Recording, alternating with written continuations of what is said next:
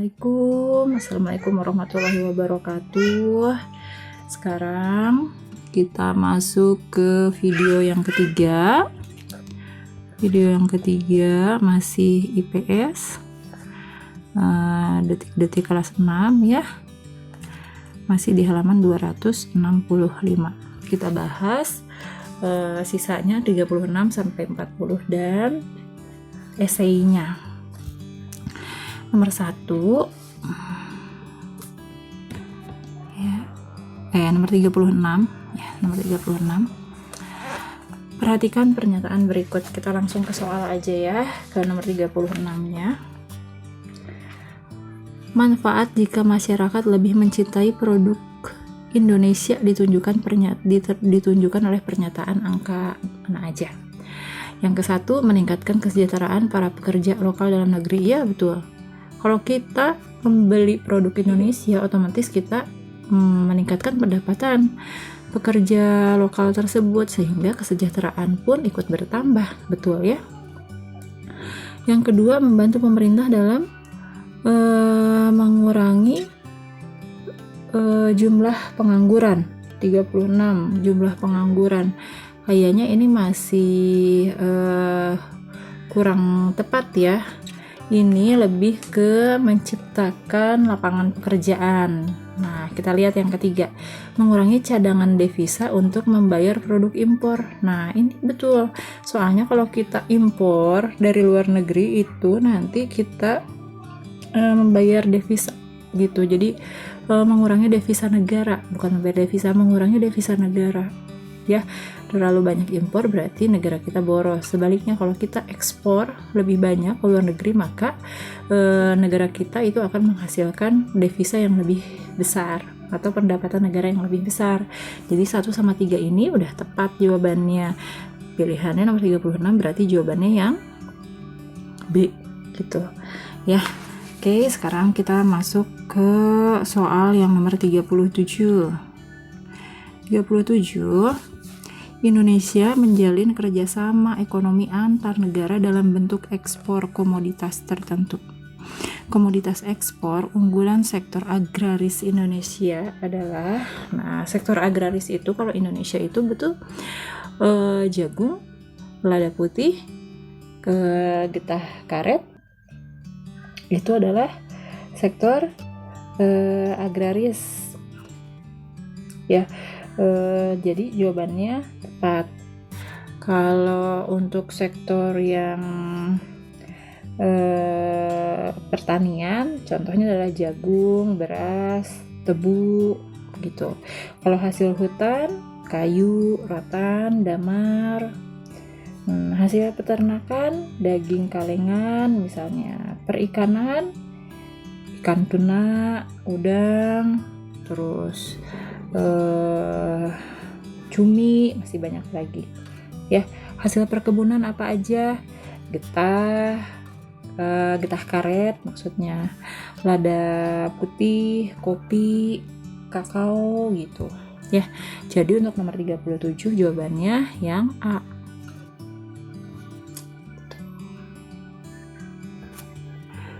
Nomor 38. Di wilayah Asia Tenggara terdapat suatu negara yang hanya memiliki wilayah daratan.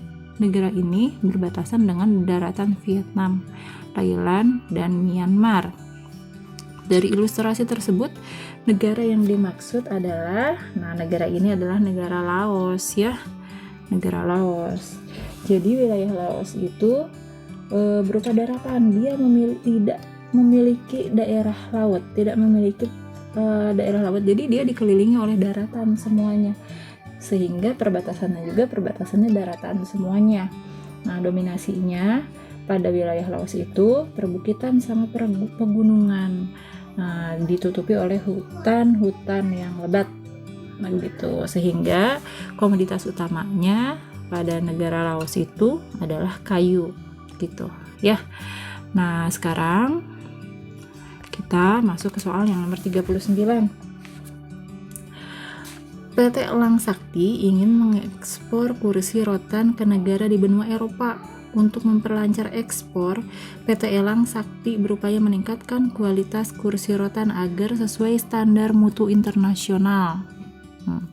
Keterkaitan antara upaya perusahaan dan produk yang diekspor adalah, keterkaitan upaya perusahaan dengan produk yang diekspor harus seperti apa gitu. Soalnya dia ingin sesuai dengan standar mutu internasional. Nomor 39 ya. Jawaban yang tepat, perusahaan meningkatkan kualitas kursi rotan agar dapat bersaing dengan produk lokal. Jawabannya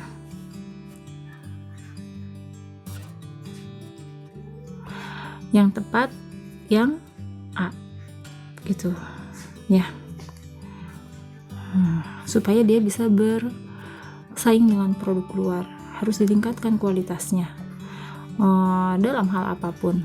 Misalnya bikin rotannya jadi lebih awet, tahan terhadap cuaca, mungkin harus ada perlakuan tertentu dulu, seperti itu ya gitu. Sekarang kita ke soal nomor 40.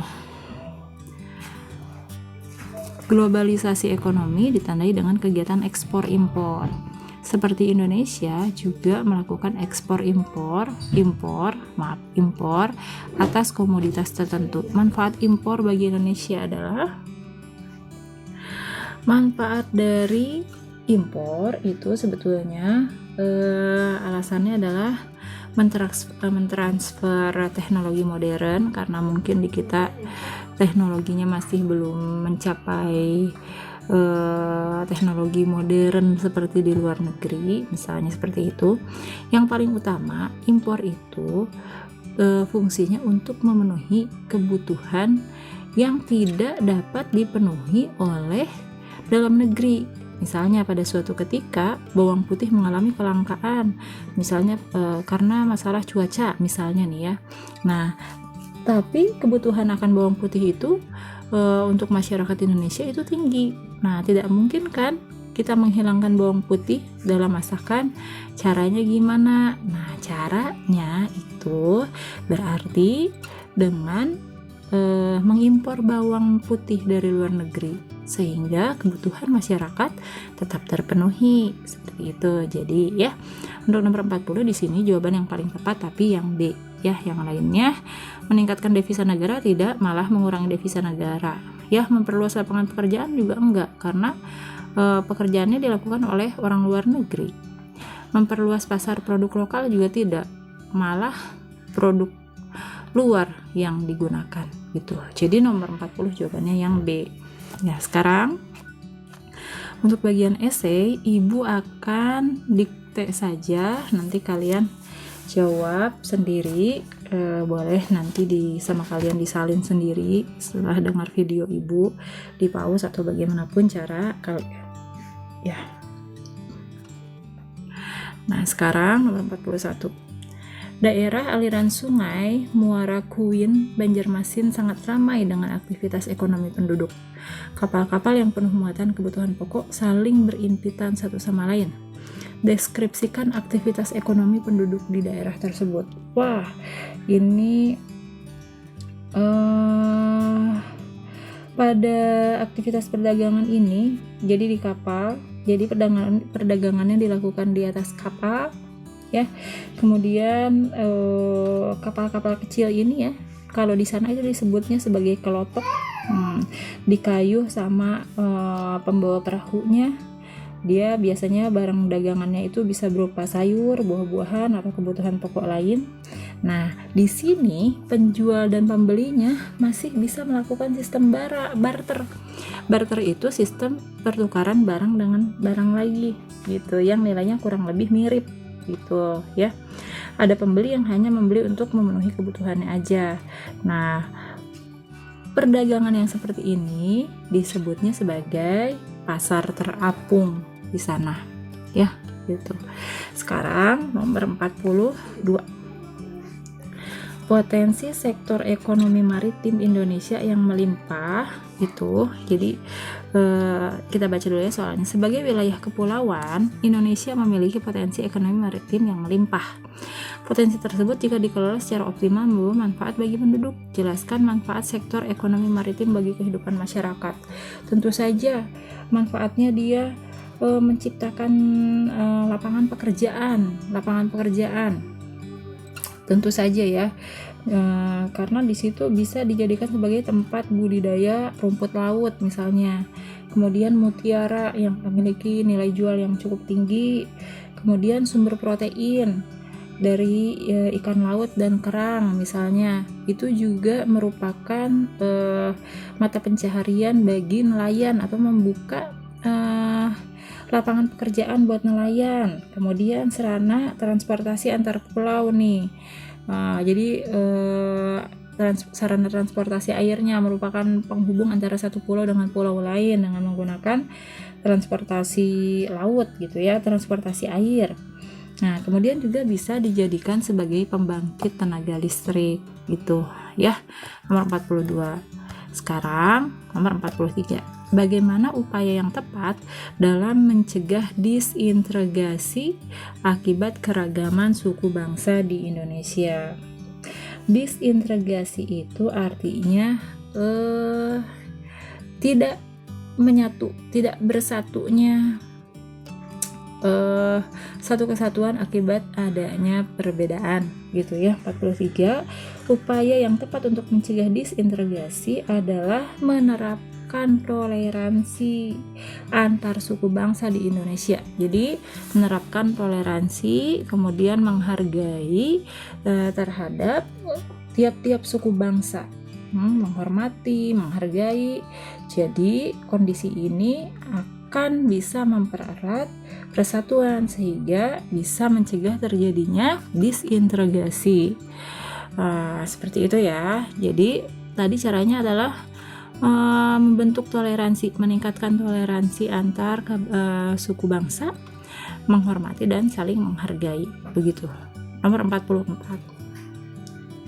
Budi Utomo merupakan organisasi yang dibentuk pada 20 Mei 1908. Mengapa pembentukan Budi Utomo tersebut dianggap sebagai tonggak kebangkitan nasional bangsa Indonesia? Kenapa? Sebab ini